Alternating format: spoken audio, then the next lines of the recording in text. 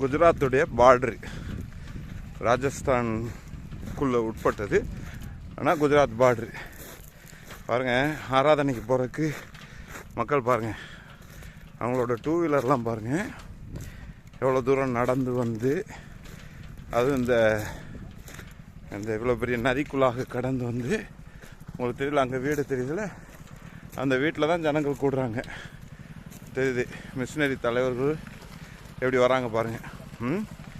அவங்களுடைய பைக்குகளை பாருங்கள், இந்த மக்களுடைய பைக்கை கொண்டு வந்து ஆற்றுக்குள்ளே நிப்பாட்டி இங்கேருந்து அப்படியே நடந்து போகிறாங்க.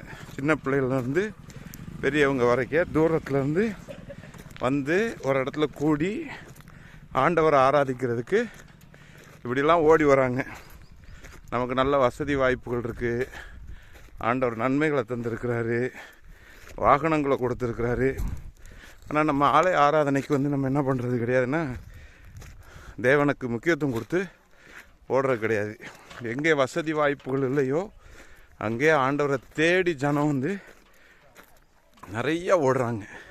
நம்ம என்ன செய்து கொண்டு இருக்கிறோம், யாருக்காக வாழ்கிறோம், எதற்காக வாழ்கிறோன்றத கொஞ்சம் யோசித்து செயல்பட்டால் நல்லது. மிஷினரி ஊழியங்களையும் மிஷினரி தலங்களையும் நம்ம நினைத்து பார்த்து ஆண்டோட நாமத்தை உயர்த்துவோம். இதுதான் இது குஜராத்துடைய பார்டரு.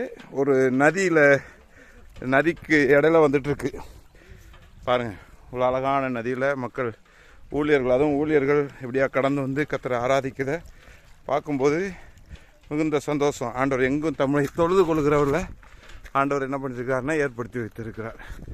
கர்த்தர் நம்ம ஆசீர்வதிப்பார். அந்த சிந்தையோடு கூட மிஷினரி ஊழியங்களில் தரிசனத்தோடு கூட செயல்படுவோம். கர்த்தர் நம்மை ஆசீர்வதிப்பார். சுற்றி நான் 4 பக்கமும் உங்களுக்கு இந்த வியூவை காட்டுறேன் பாருங்கள். மக்களுடைய வியூவை பாருங்கள், இந்த இடத்த வியூவை பாருங்கள். Good. Oi. Chalo.